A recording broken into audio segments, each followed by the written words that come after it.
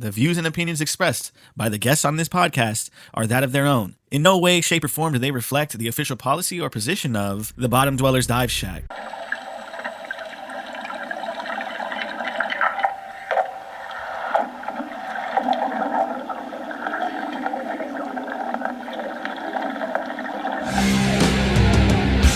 You've descended into the Bottom Dwellers Dive Shack, a commercial diving podcast by working divers for divers. All right, welcome to another episode of the Bottom Dwellers Dive Shack. And just like that, we're right into it, right? Another episode at SHOT Show, recorded live here at SHOT Show. What an amazing show. I'm joined with Mike from Spyderco. How are you? I'm doing well. How about you? Doing great. So, Mike, can you tell us a little bit kind of who you are? And why I'm nerding out here. Talk yourself up. Well, my name is Micheal Janich. I'm the Special Projects Coordinator for Spyderco. So I've been affiliated with the company for, it'll be 25 years this year. Wow. So actually started with them. I was writing, reviewing knives and everything for various knife magazines during the late 1990s. Had written up some Spyderco knives. The articles were well received by Spyderco. Got to know the owner, Sal Glasser, and I also teach a thing called Martial Blade Concepts. So it's basically my approach to using knives as personal defense weapons. Sal wanted to bring that type of training to Spyderco, so I started teaching for Spyderco in 2000. Taught for them from 2000 to 2004, developed a really nice relationship with them. Then I went to work for a competing knife company. We continued to stay friends, but parted company as far as the training went. Worked for that company for 5 years, and then in 2009 was looking for another opportunity and joined Spyderco at that point, became a full-time employee. So I've been with them for 15 years. Continue to teach defensive knife tactics, but I'm basically the word guy for Spyderco. So all the copy for the catalog, all of our product information guides, our newsletter, the Bite newsletter, all of that information basically comes from me. I'm also kind of the company historian in many ways because of my background knife knowledge, and I also design knives for Spyderco. So I'm part of the R&D team as well. Oh, that's great. That's amazing. So you wrote a lot of this? I wrote every word. Stuff?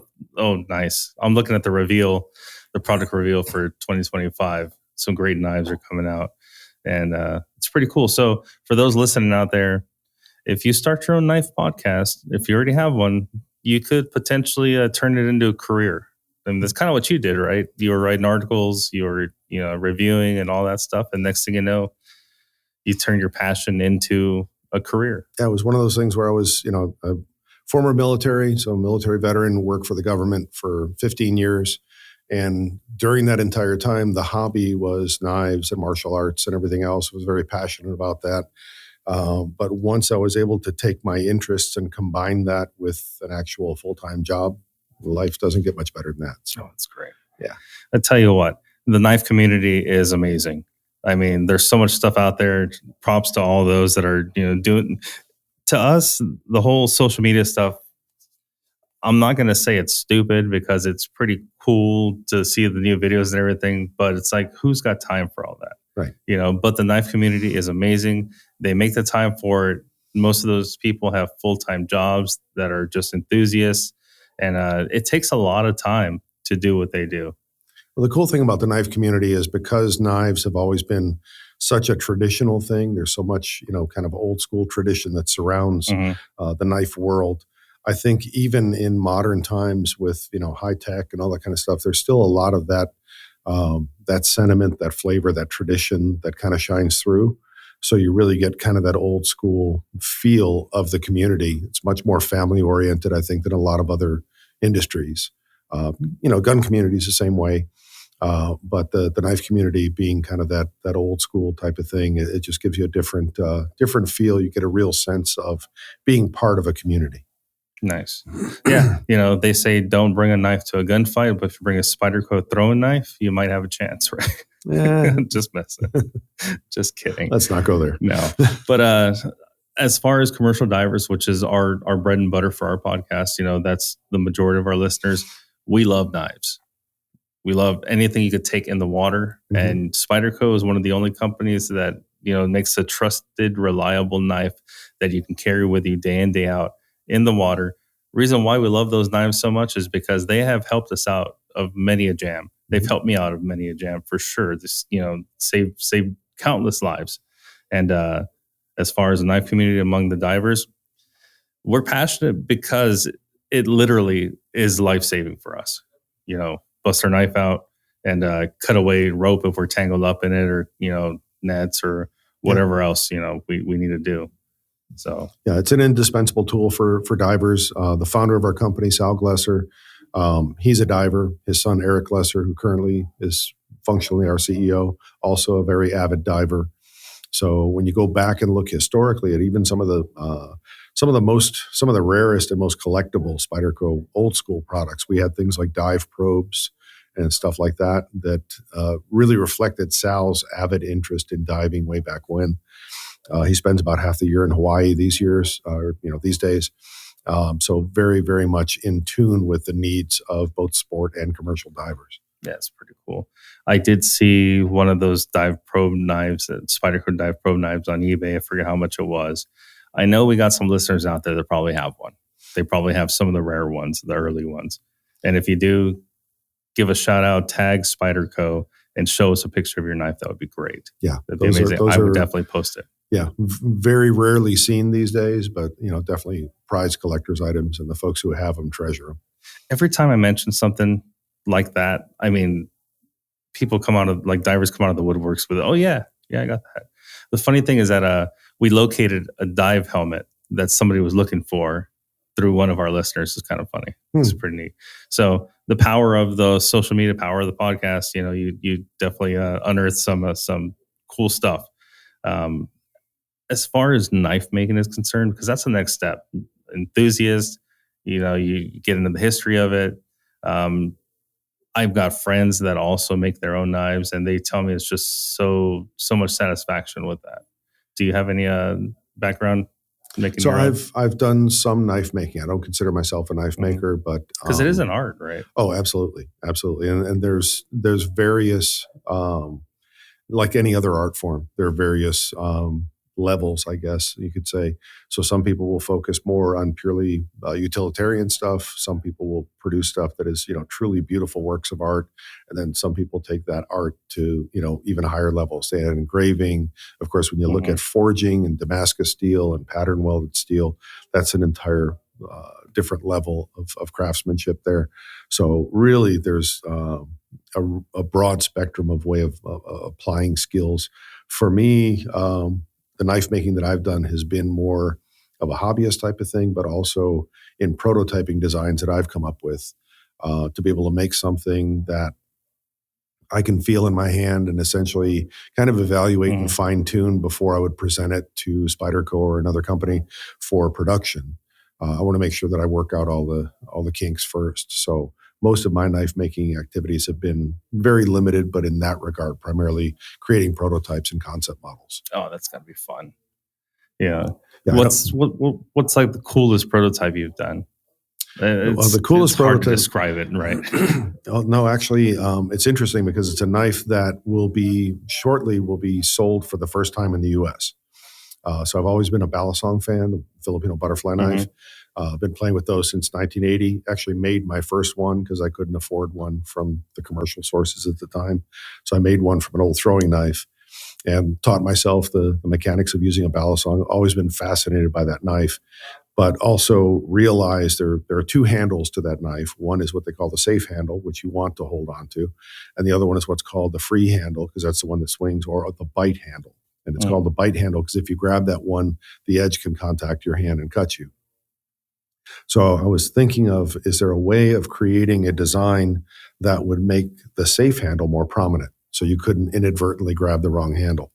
And basically what that became was a design that I called the Jana Song. So Jana from Janich, my last name, and then Song from Balisong. And it's the only utility patent that I've ever gotten. But I designed it back in 2006. And in order to prove the concept, basically got my employer back then, got a milling machine, got a grinder, and built the first prototype of the knife as proof of concept. And that's what we took to the company that manufactured it for us. I then bought that patent, sold the patent to Spyderco. Spyderco has been producing it in Taiwan, but It couldn't be legally imported into the U.S. because it was considered to be a form of gravity knife. Those laws, or the enforcement of those laws, has changed considerably during the past few years. We consulted with our attorneys, and basically it's safe for us to bring that into the country now. So that particular knife is the most sophisticated thing I've done, probably the coolest thing I've done. And finally, it's going to be available in the U.S. So it'll be sold in the U.S. legally for the first time. And it's been around since 2008. Oh, nice, man. I can't wait to see it. One of my favorite things to do while I'm here at SHOT Show, you guys have some great booths. You have 2 booths. One of them is the one that you're at, and then the other one is the one that has the no pictures. You can't do any video or pictures or anything, because that also has like prototypes that you can actually feel in your hand. Yeah, that's cool. a glimpse into the future, basically. Mm-hmm. It's our prototypes and concept models. And we're really unique in the industry in the sense that we show those at trade shows, and we actively solicit feedback from, the show attendees. So if somebody can look at something and say, hey, I'm curious about that. Okay, pick it up. Let us know what you think. And especially when you have, folks like yourself, commercial divers, people who have some type of specific application of knives in mind. For us, it's like gold, because what you're getting is somebody who is a professional end user of something who has valuable insight. So instead of just an engineer kind of designing something with blinders on, what you do is you create something, you show it to people who are going to use that, get the feedback, perfect the design, and then bring it out into the market. Yeah, thank you for that. It's an honor to be able to hold these knives before they come out. It's so much fun too. So much cool stuff is coming out 2025. I have this little catalog here. The thing that we're excited about is the Magnacut. Mm-hmm. H1, H2 Magnacut. Can you explain a little bit about what kind of steel, why it matters, and why we're excited about it? Absolutely. So Spyderco has done a number of groundbreaking things throughout our history. So we'll be coming up on our 50th anniversary coming up in a couple of years. And when you look at the things that we've done, there have been some truly revolutionary things. And one of those was the introduction of our Salt series. So Salt series is basically knives that are specifically designed for use in and around the water, specifically salt water, that are made from ultra corrosion resistant materials. So, divers constantly struggle with having kit that is not going to corrode, finding materials that will be as impervious as possible to saltwater corrosion. So back in 2004, we had the opportunity to work with Micheal Corporation in Japan. They had created a steel called H1 steel. And H1 was an austenitic steel. So when you look at getting a little bit into the metallurgy side of it, austenitic steel is essentially a steel that does not go through a heat treating process. So when you look at martensitic steel, where you're trying to create martensite, the crystalline structure of the steel, it goes through a hardening process and then a tempering process. So if you ever watched Forts and Fire, when they quench the blades and all that kind of stuff, and then tempering the blades, you're looking at that heat treatment process. With an austenitic steel, what you have is something that is in its natural state. It's in the form of what's called austenite. And the way that most people are familiar with that is like when you have a stainless steel like 304 and it's non-magnetic, a magnet won't stick to it. That's an austenitic steel. Well, with H1, what they were able to do is take the steel, the base austenitic steel, and roll it down and compress it through the rolling process. The more you compress it, the more you create micro stresses within the steel. And what happens is you actually transform the crystalline structure of the steel from austenite to martensite. And as that happens, the steel gets harder and harder. But because the carbon level in the steel is so low, it really is not susceptible to corrosion the way a traditional steel would be. Because what you have when you look at rust, it's basically the presence of carbon in most cases that causes that. So when it's combining with oxygen and moisture and everything else, that's what causes rust. H1 doesn't do that, or it didn't do that. So that became a real game changer as far as having a steel that you could put into a knife. It held an edge reasonably well. As a serrated blade, it held an edge very well. It did, yeah. And you, by having all the other components of the knife made from other marine grade materials, now what you have is a cutting tool that you can use in the water and really not have to worry significantly about that being susceptible to rust. So that became the start of our Salt series. We introduced that in 2004. We continued to add different models. So we had different sizes, different shapes. blades designed for example, our hawkbill blades, those designed for cutting fish nets, where you can collect the netting, be able to cut that. Having sheepfoot blades, so more of a rescue style blade. So we really have developed a very broad selection of knives in our Salt series. But one of the things we realized was that H1 in a plain edge format, because of the austenitic steel, it didn't really hold an edge as well as typical martensitic steels. So what we looked for was a blade steel that would also have that ultra corrosion resistant property, but be able to be hardened in a traditional sense. So what we found was LC200N. So kind of our second phase of steel development or material development in the Salt series was LC200N, originally developed as Chronodor 30. And it is one of the most unique things about it. It's actually used in the ball bearings in NASA spacecraft. Oh, wow. Because what they wanted was something that, again, in extreme environments would remain extremely corrosion resistant. So this is a space knife. I guess you could say that, yeah. So, yeah, really cool edge, great, easy to sharpen. Yep, and you have the plain edge version there. Mm-hmm. So what you find is if you've used any of the H1 knives in plain edge, you're going to find that that particular one is going to hold an edge. It's going to take an edge and hold an edge much better in a plain edge format. And that's exactly what we were looking for in LC200N. Well, then what happened was... Makes a great deck knife too, by the way. I mean, any kind of... even for land-based use, if you have somebody who lives in a humid climate, so we have a lot of folks who live, like southeastern U.S., and you're constantly sweating all over your knife. You're working in environments where it's just high humidity, but not necessarily direct exposure to water. The Salt series is also great for that. So it's not just purely has to be in the water or on the water or anything like that. Just anywhere where there's a high humidity, these are ideal for that. But the kind of the third phase of what we had was the introduction of Magnacut. So Magnacut was kind of a game changer because we didn't really expect it. We didn't realize that that was being developed. Dr. Laren Thomas is the one who kind of, he's a PhD in metallurgy. His father is a very famous developer of Damascus steel.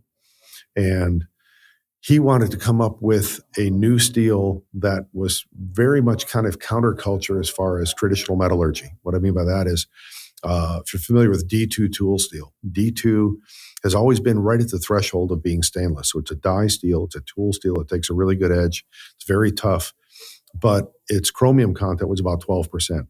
Typically, stainless steel starts around 13%. And what happens is as you start to go past that threshold and get into stainless steel, the carbon in the steel starts to combine with the chromium to create chromium carbides. The way a stainless steel works is if you have enough chromium in what they call in solution in the steel, meaning that it's not combined with other atoms to create carbides, but it's kind of hanging out by itself. When it's in solution, when that steel is exposed to oxygen, you create a passive layer. You basically get a chromium oxide layer on the outside of the blade. That's what protects it from corrosion. So that's how stainless steels work. But once you start adding chromium to a steel, if there's enough carbon left over, the chromium and the carbon combine to create chromium carbides, and there's not any more chromium left in solution to make the steel any more corrosion resistant. So every time people would take D2 and say, let's add some more chromium to it and see if we can make it more stainless, it didn't work for that reason. What Laren Thomas did in creating Magnacut was he went the other direction. He said, I'm going to reduce the amount of chromium in the steel, but instead I'm going to add other things that create beneficial carbides. So he added niobium and additional vanadium. So now what happens is the niobium and vanadium combined with carbon, that creates very small, very hard carbides. And the chromium is kind of looking around as, hey, is there any carbon left for me? And there's not. So you end up with a lot of the chromium in solution. So now what you get is a steel that has very hard carbides. So it takes and holds an edge extremely well. It's reasonably tough, and it's extremely corrosion resistant because almost all of its chromium is left in solution. So now by taking kind of a counterintuitive approach to that metallurgical formula, he created a steel that is we consider to be worthy of inclusion in the Salt series. So when we first got Magnacut, we were thinking, okay, here's a new particle metallurgy steel. This is, kind of a generic steel. We ran it through our battery of tests that we do in-house in our engineering department. And we were just amazed at its corrosion resistance. And we felt that, even more so than the developer of the steel, Laren Thomas, he felt it was about equivalent with LC200N. Wow. We felt that it was so close that it was worthy of inclusion in the SALT series. So it became kind of the third element of the SALT series. While that was happening, H1 was also replaced by H2. So COVID, of course, threw the whole world into a tailspin. And one of the things that it did was it really messed with the Japanese steel market because fewer people were buying cars, less demand for steel in those cars. So the specialty steel manufacturers had a really hard time during that time. And Miyoto Corporation and H1, that kind of went away. Fortunately, we were able to work with our Japanese manufacturing partners, find another foundry who could create something very similar. So H1 was replaced by H2, which is very, very close to the original. Still has all the same properties. So what you have with Spyderco in the SALT series is literally a choice of 3 different steels. H2 is the most corrosion resistant we offer. It's also the toughest because it's a true austenitic steel. So it's very tough and very flexible. It excels at serrated edges. LC200N is a martensitic steel, so it's harder. In a plain edge format, it's going to hold an edge better. It also allows you to do flat grinds, which you can't do with H1 because H1 tends to warp or H2 tends to warp when you try to do a flat grind. And then you have Magnacut, which is kind of the most popular steel these days because it has that great balance of all those properties of corrosion resistance, edge retention, and toughness. But we offer all 3, so depending upon what your preferences are, what your price point is, we can definitely find something that suits your personal needs. This is Bobby DeLeese of the New Orleans-based maritime law firm DeLeese & Hall. For over 40 years, DeLeese & Hall has represented professional divers working offshore, in inland waters, or anywhere across the globe. This is what I know. All divers and their families should develop a relationship with an experienced diving attorney before an emergency occurs, so that if that emergency does occur, the diver's attorney is there to assist them in their time of need. Consider me and my partners, Alton Hall and Jeanette DeLeese, as your bailout bottle. Pray that you will never need to engage us, but should an emergency occur, we're standing by to assist you and your family. Here's something else I know. Diving contractors, dive gear manufacturers, third parties, and their insurance companies have the money to have their attorneys on call. Why shouldn't the diver and his loved ones also have an attorney in their gear bag before they leave home? Want to learn how DeLeese & Hall will be there should you need us?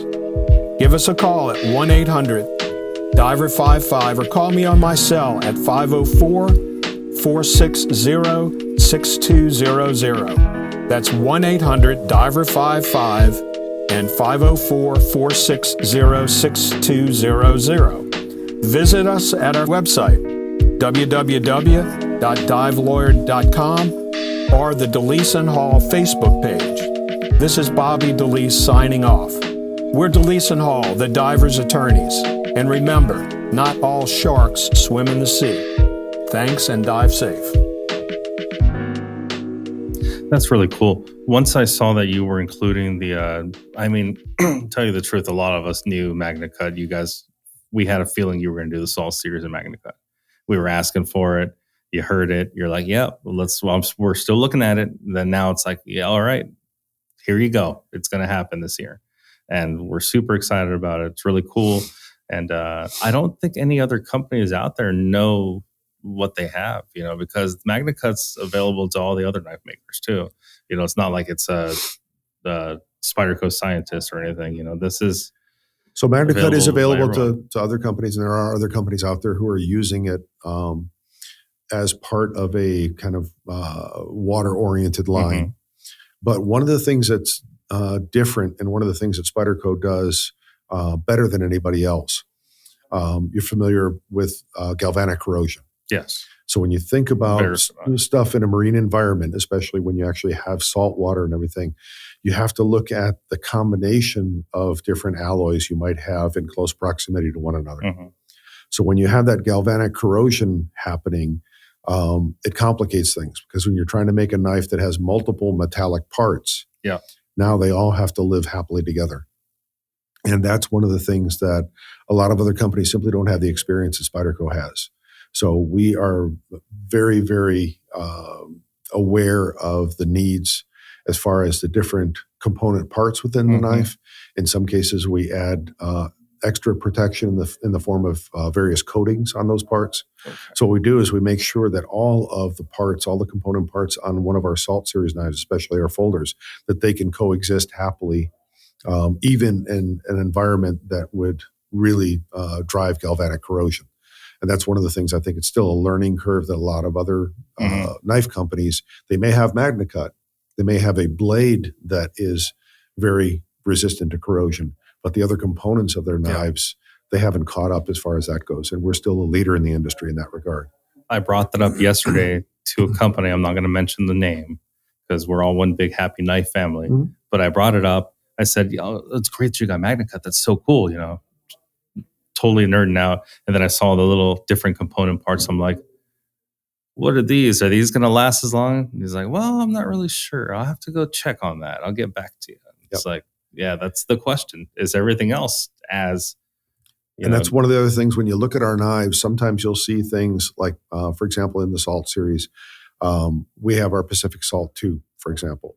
That particular knife externally looks exactly like our Endura 4 knife. So you say, okay, it's the same knife, but this one has an H2 blade.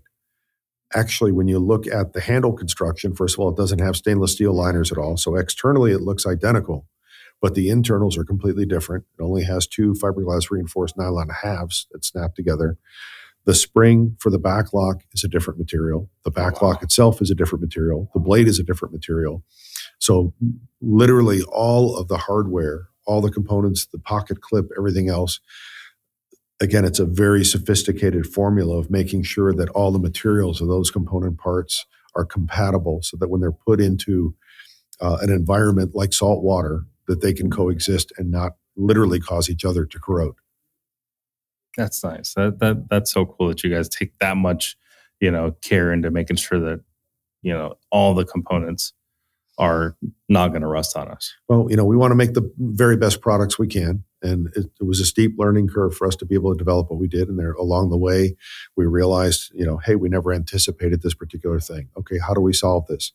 And we believe in what we call CQI, constant quality improvement. So we're constantly looking at our products, constantly soliciting feedback from our end users. Sometimes we'll get, just weird feedback. Hey, we had a problem with this knife in this way. So then we have to dig into it and say, okay, how are you using this knife? Because sometimes you'll have like commercial divers who are working, say in a oil rig environment or something like that. So, okay, what chemicals are in the water, or what other things might be present in the water that would change the environment that the knife is being exposed to, rather than just open water, salt water type of environment?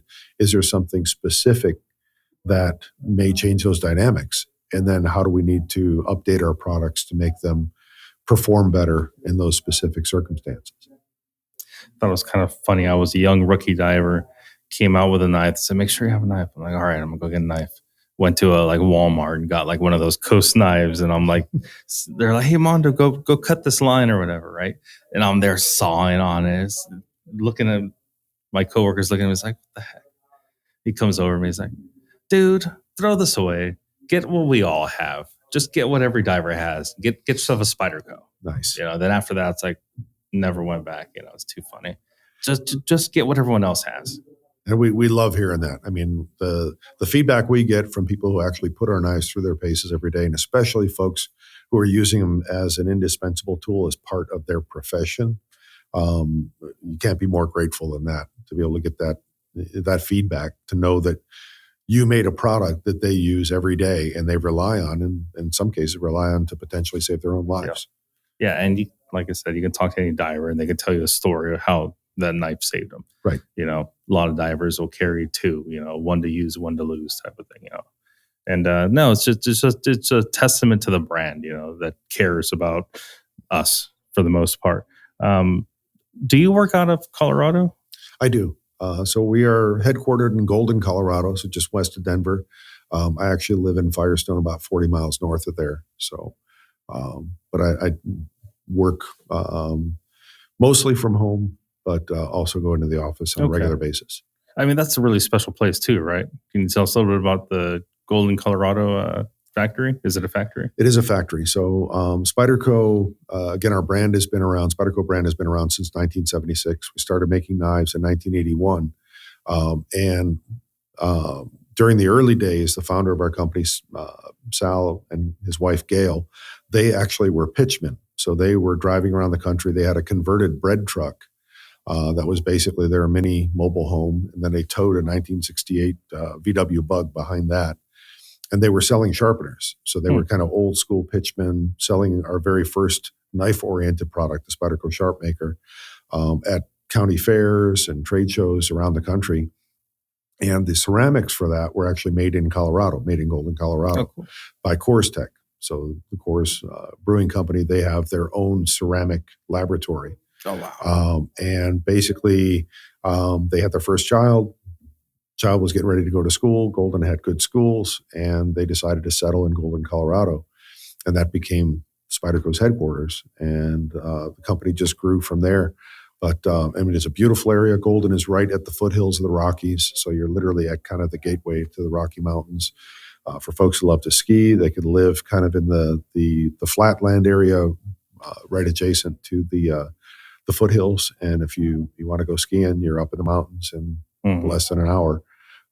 So a lot of folks enjoy that. It's also, when you look at just winter weather and stuff like that, it's kind of the best of both worlds. It's not quite as harsh because you're not in the mountains proper where you have snow all year round. We'll have big snowfalls, and then you might have a 60-degree day in the middle of the winter. So not a bad place to live or bad place to vacation. If you like skiing, snowboarding, or if you like knives, you can actually go to the factory, right? The factory has a store. Yes, we have a factory outlet store. We just went through a big renovation, so an expansion. So we built a large warehouse facility and then kind of reshuffled everything. And our factory outlet store expanded its footprint significantly. And in addition to being just a retail store, it's also our company museum. Oh, so cool. What you'll see is when you go in there, that was a treat for you. Oh, it's great. It's awesome because, you're kind of shopping and you're walking along and it's like, here's a display case with knives for sale. And then you look up and it's like, wait a minute, what's this? This is, a display of the history of a particular model and all the different variations we've produced, over the last 40 years of a model and where it came from. You'll see we have on permanent display actually steel from Tower 1 of the Twin Towers.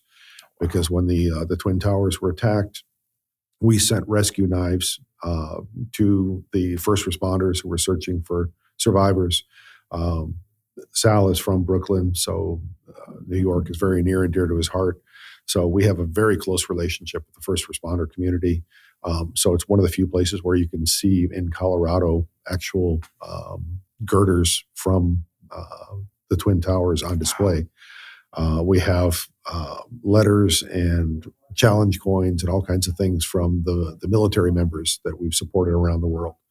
So there's just really lots of cool history, not only about our product line, but about the people that we've been honored to have use our products around the world in various capacities.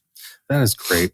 And you also have that amazing factory second sale. Yes. People wait outside for days, right? Yeah. They camp out for days just to be first in line. Yeah. The ones who come first, that's amazing. It's been averaging about a week.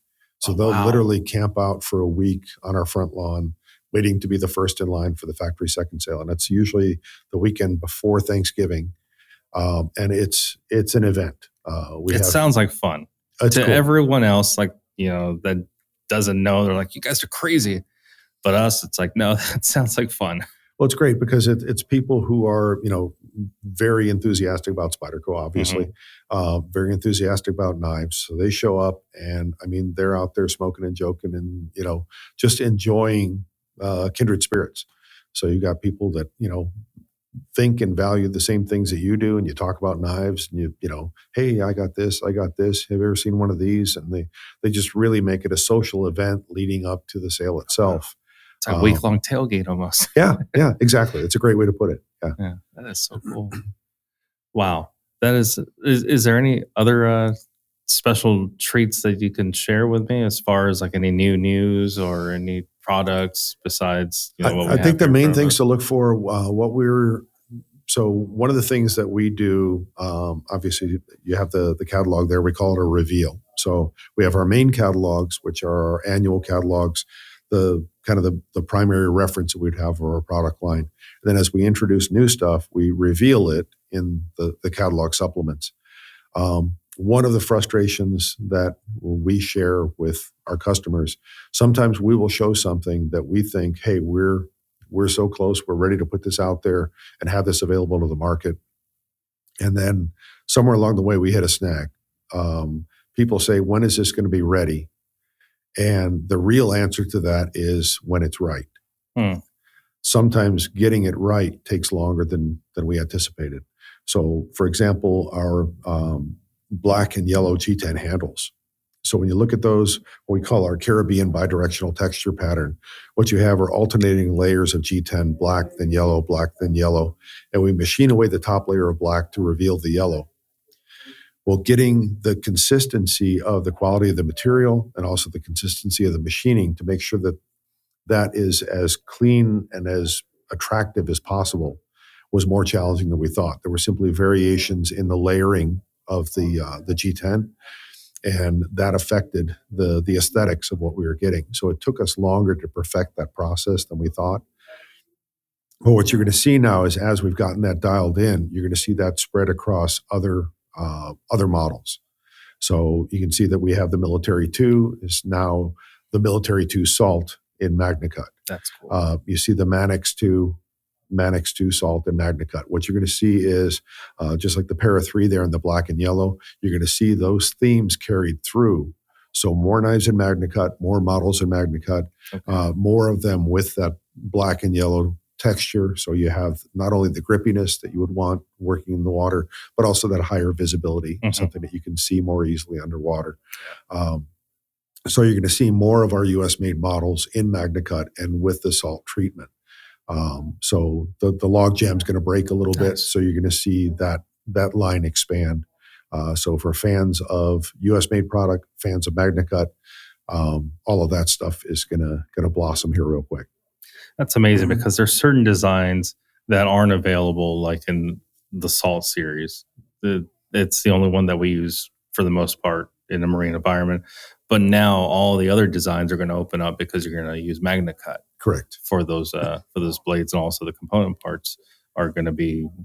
And that's one of the things that we've decided. Exactly. I'm sorry, but one of the things. So some companies will use Magnacut just as this is the blade steel for this knife. What we've chosen to do is really showcase Magnacut as an element of our Salt series.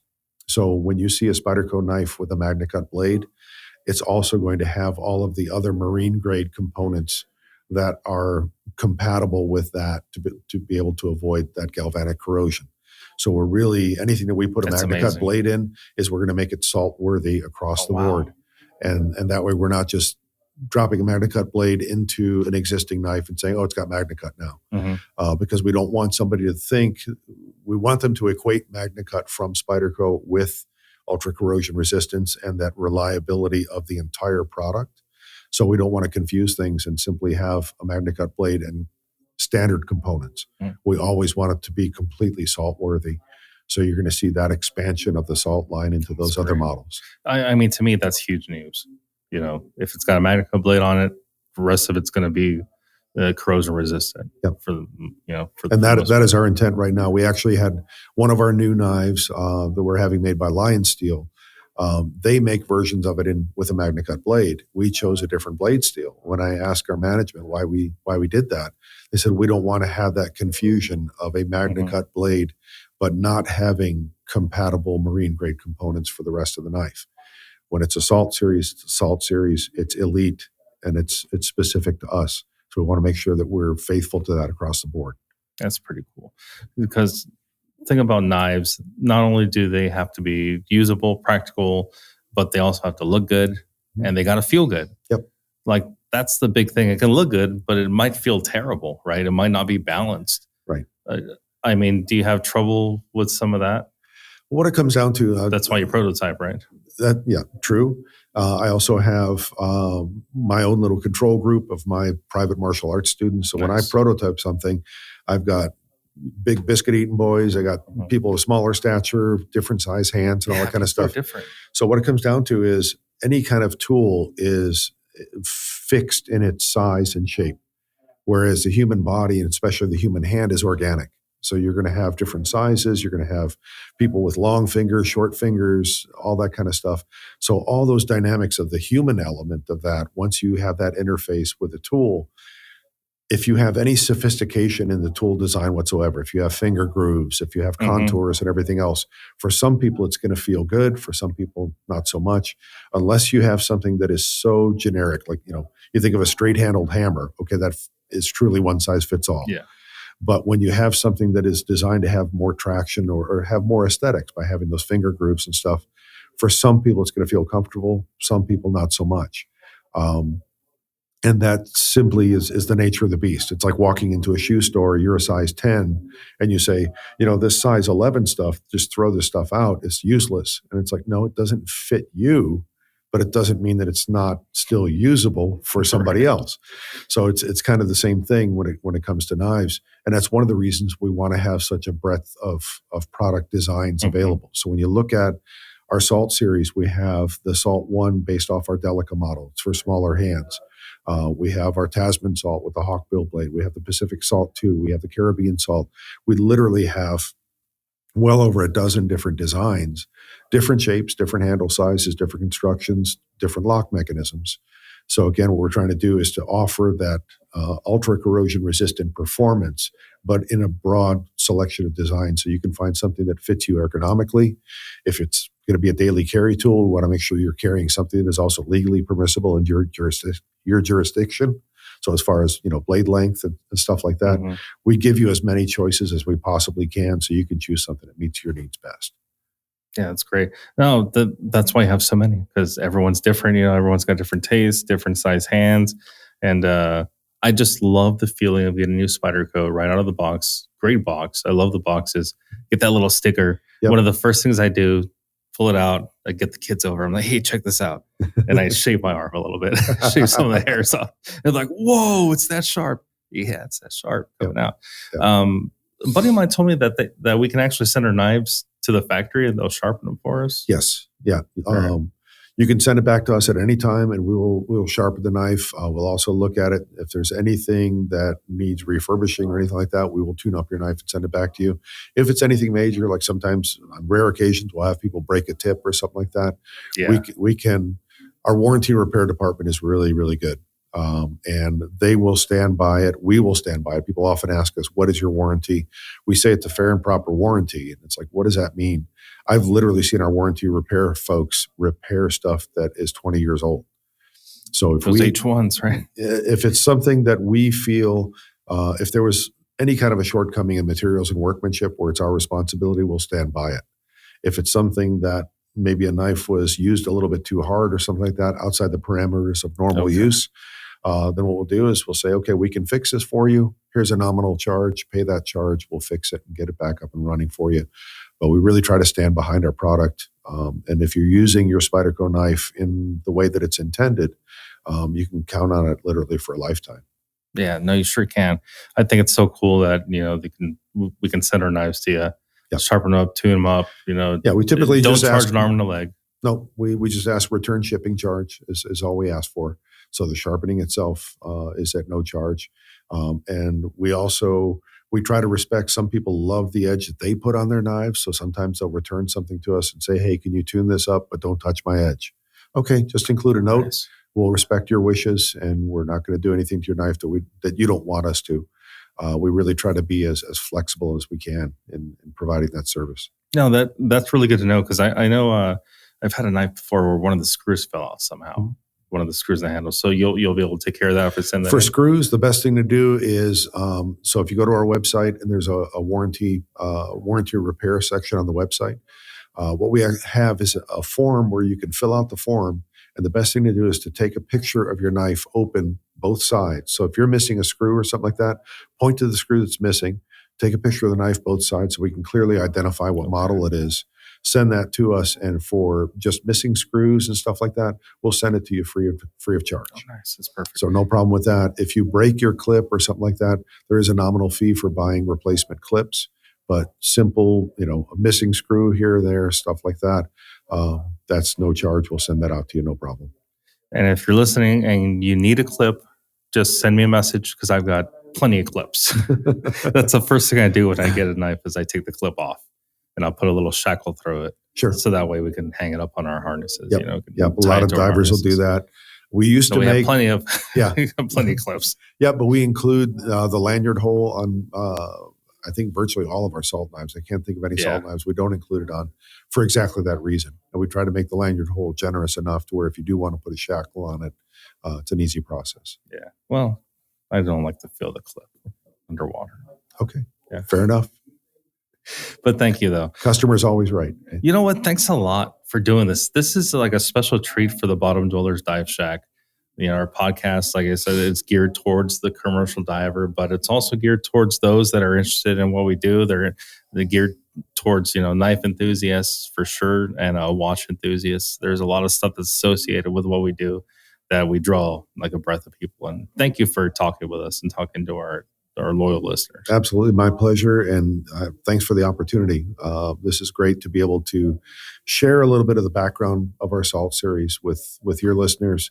And also just to understand when you're looking at our product line, what's the difference between H2 and LC200N and Magnacut? Where do they each excel?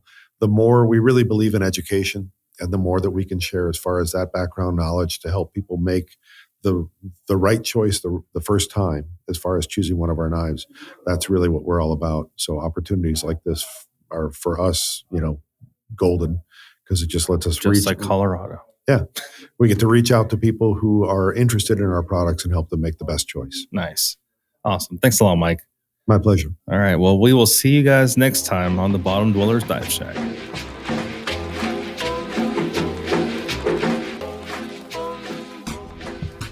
I hope you've enjoyed listening to this episode of the Bottom Dwellers Dive Shack.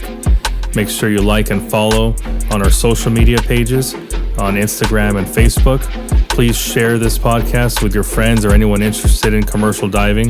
The only way that we can make this successful is if we do get a lot of people that are listening. We get more listeners, we get more sponsors, and that means more free stuff for you guys. That's right. We are hooking up all of our diver brothers and sisters in the trade. And if you keep sharing and liking, we're able to do that a lot more. Our Instagram is at Bottom Dwellers DS. Our Facebook is Bottom Dwellers Dive Shack. And you can always like and follow me at LB Diver on both. The Bottom Dwellers Dive Shack is available on all podcast platforms, Apple, Spotify, Anchor. We also have it streaming on our website at thebottomdwellers.com. So keep listening, keep it safe, keep it salty. This is LB Diver, out.